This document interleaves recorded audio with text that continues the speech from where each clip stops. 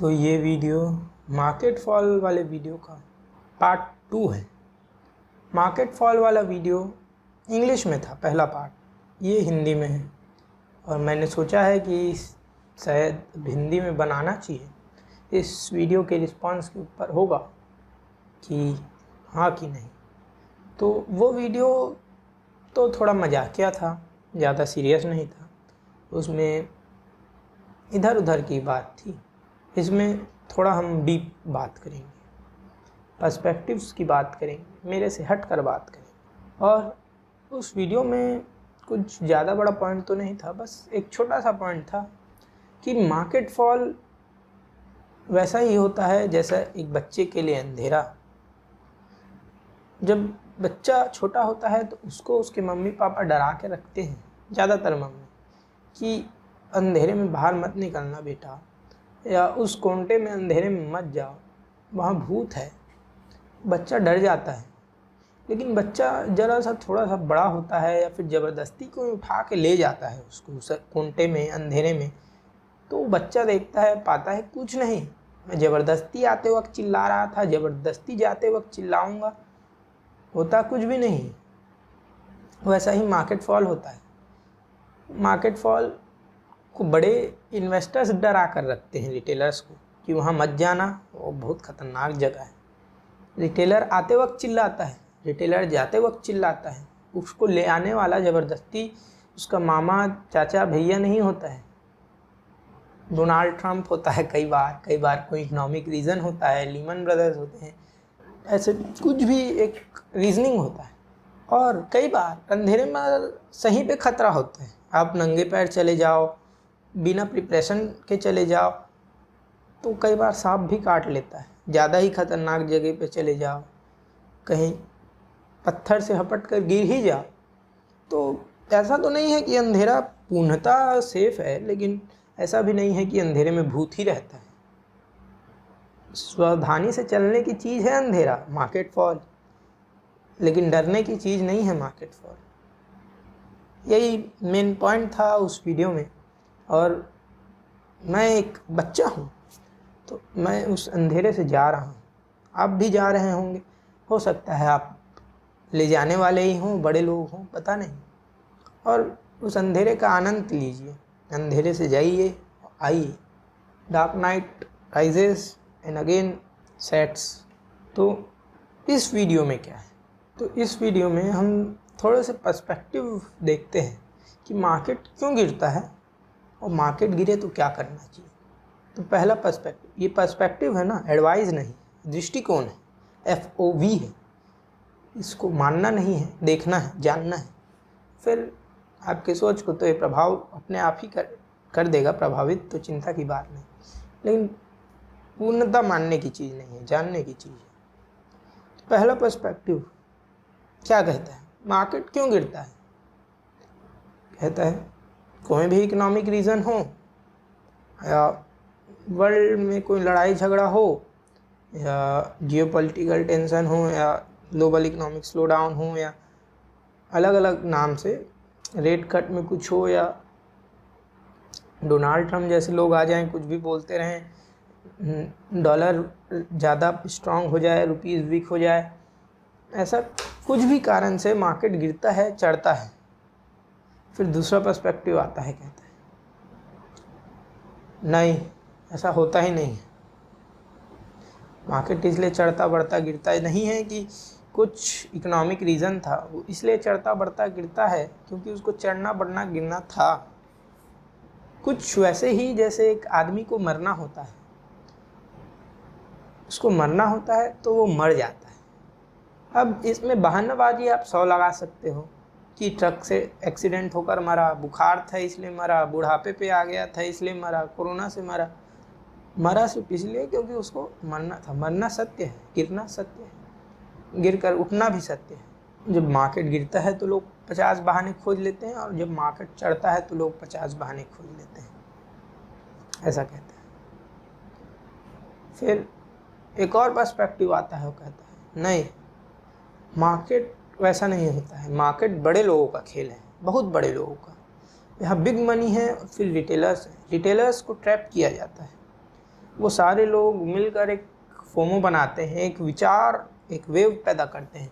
एक स्टॉक में ज़्यादातर रिटेलर्स को फंसा देते हैं, वेव पैदा करते हैं। जैसे स्टेडियम में और क्रिकेट मैच में देखा कीजिए, वेव को आपको पता चलेगा। वेव पैदा करते हैं, जैसे कोरोना वास्तविक में हो या ना हो, लोग डर जाएं और खुश भी हो जाएं और लगे भी कि ये सही में मल्टीबैगर शेयर है, लो और बढ़ेगा, और फिर लोग उसको लेते हैं। फिर जैसे ही उस साइड भीड़ ज़्यादा होता है, हैवी होता है, वहाँ बहुत लोग आ जाते हैं अपना जाल फेंकने के लिए। मछलियाँ आ जाती हैं, चारा आपने डाल दिया है, तो वो FII, बिग मनी, बड़े DII, फंड मैनेजर्स नहीं, सेपरेट DI है, खुद के पैसे वाले, बड़े पैसे वाले एकदम, वो लोग फिर अपना जाल फेंकते हैं और उस रिटेलर्स मछली को पकड़ लेते हैं। फिर वो जगह थोड़ा खाली हो जाता है, फिर वो छोड़ देते हैं, फिर भीड़ बढ़े मछलियों की, फिर पकड़े हम। तो ऐसा होता है। ये एक और पर्सपेक्टिव कहता है। फिर वही पर्सपेक्टिव कहता है, अभी जैसे मार्केट में बहुत ज़्यादा रिटेल पार्टिसिपेशन हो गया था, मार्केट बहुत बुलिश हो गया था, तो मार्केट को गिराना जरूरी था। ज़्यादा रिटेल फेवरेट स्टॉक जिसमें लोग पैसा कमा रहे थे, जो वैल्यू से अपने बहुत ऊपर चले गए हैं, उनको FII को बेचना जरूरी था। आज क्या हो रहा है, वो 60 के पी में है, 10 का पी का स्टॉक 60-45 के पी में है आज भी, और उसको खरीदते FII ले गए थे 100-200 के पी में, 100-150 के पी में। अब नॉर्मल रिटेलर क्या सोच रही है, उसको तो पता नहीं है वैल्यू क्या होता है, वैल्यू एक्सेस करना आता नहीं। रामदेव अग्रवाल जी कहते हैं, वैल्यू एक्सेस कर पाना सबसे बड़ा वरदान है एक इन्वेस्टर के लिए, और अच्छी वैल्यू में कंपनी खरीद पाना उससे भी बड़ा वरदान है। क्या आपको पता है वैल्यू एक्सेस करना? क्या आप जानना चाहते हैं वैल्यू एक्सेस करना? तो अभी इस वीडियो पर क्लिक करें और देखें क्या होता है वैल्यू और कैसे करें एक्सेस वैल्यू को। सीखना पड़ता है बहुत सारी चीज़ें, एक ही दिन में तो नहीं आएगा, और ना ही एक वीडियो से। लेकिन फिर जब वैल्यू एक्सेस करना आ जाता है तो आप देख पाते हो दूर से रिटेलर्स को कि ये लोग सोच रहे हैं कि अभी ये 10 का पी से 90 गया, या वो लोग देखते हैं प्राइस में, पी में नहीं देखते।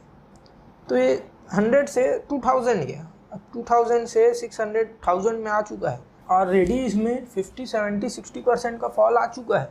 अभी स्टॉक बहुत चीप हो गया है और कितना गिरेगा यहाँ से, इसको ले लेना चाहिए। लेकिन उस रिटेलर को पता नहीं कि वो वहाँ से गिरे या ना गिरे, खड़ा जरूर रहेगा वहाँ ज़िंदगी भर तक, वो वापस अपने हाई में नहीं आने वाला इस बुल रन में। वो रिटेलर वहाँ ट्रैप हो जाता है। अब क्या होता है, साइकोलॉजी समझिए। जो चीज़ आज उसको 30 में मिल रही थी और वो कल 60 देखा था, तो उसको लगता है कि 30 भी सस्ता है, उसको पता नहीं है कि 10 जा सकता है। अब वो 30 से वापस 20 आ जाता है, वो खरीद के बैठा है, तो बोलते हैं तो सस्ता हो गया, क्या करूं, मेरे नुकसान हो रहा है।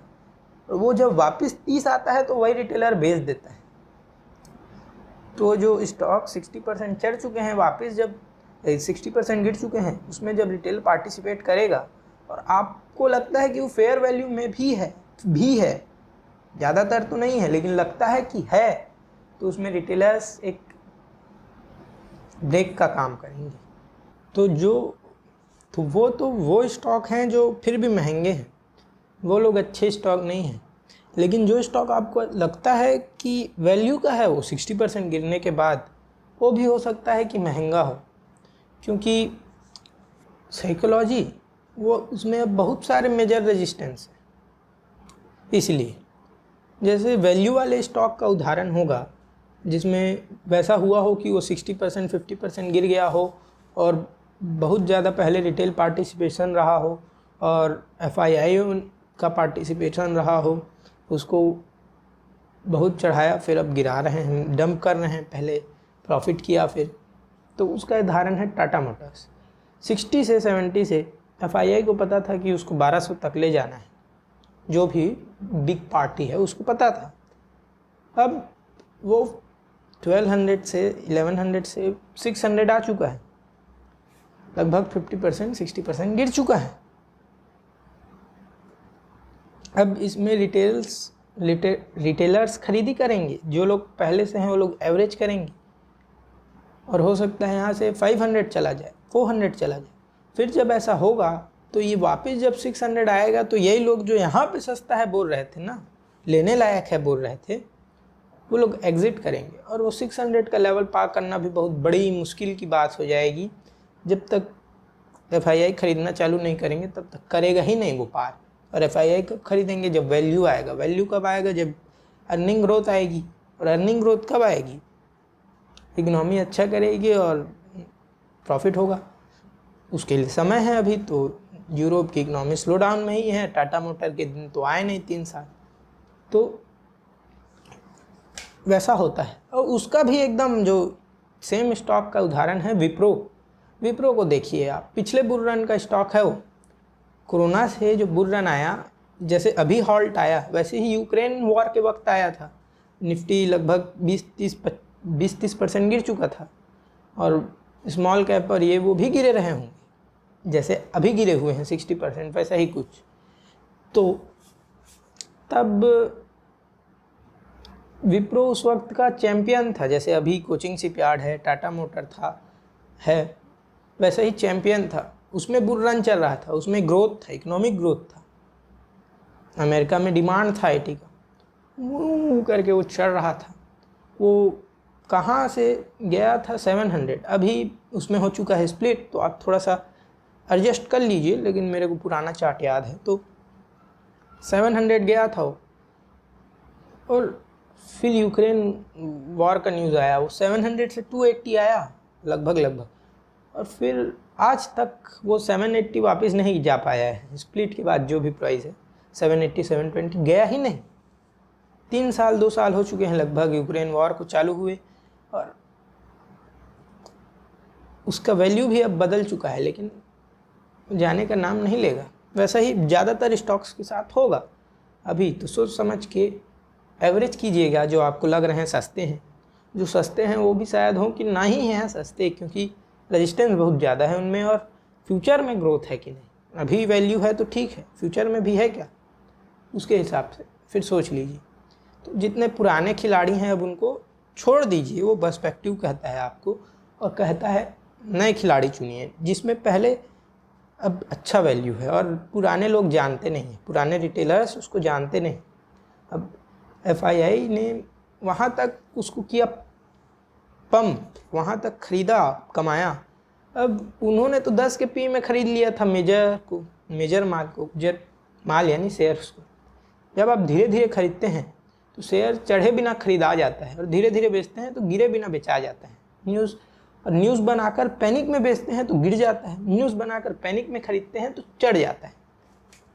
तो धीरे धीरे बिना न्यूज़ के, बिना लोगों के कान में खबर डाले उन्होंने 10 के P में मेजर क्वांटिटी लिया। कोचिंग शिपयार्ड की बात हो रही है।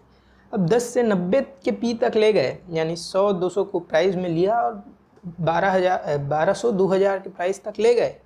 2000 से वापस 1200 ले आए हैं। तो यहाँ पे भी उनको महंगा नहीं है, सस्ता नहीं है, यहाँ पे भी वो प्रॉफिट में बेच सकते हैं। वो सिर्फ इसलिए था, वो 2400 का प्राइस हवा में है, वास्तविक प्राइस नहीं है।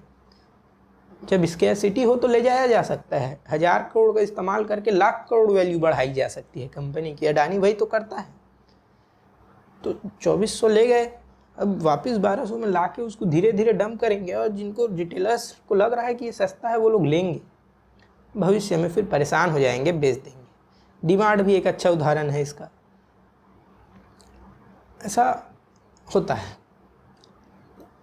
और जब आप नए स्टॉक लेंगे, जो गिरे तो हो सकते हैं शायद अपने हाई से, लेकिन लोगों की नज़र नहीं थी उसमें, FII की नज़र नहीं थी उसमें, बहुत बड़ा खेल नहीं हुआ है अभी तक, और फ्यूचर ग्रोथ है, सर्वाइबिलिटी वाला फैक्टर है, ROE है, और भी चीज़ें जो हैं, मतलब कुल मिला के good value stock, good growth stock with good story and all that. अब जब लेंगे तो वो बेहतर ऑप्शन है कि आप पुराने अधमरे स्टॉक खोज खोज के देख रहे हैं कि ये ज़िंदा है क्या, ये ज़िंदा है क्या। ज़िंदा भी होगा तो मर ही जाएगा भी, या खड़े नहीं हो पाएगा, उसको मतलब नहीं है।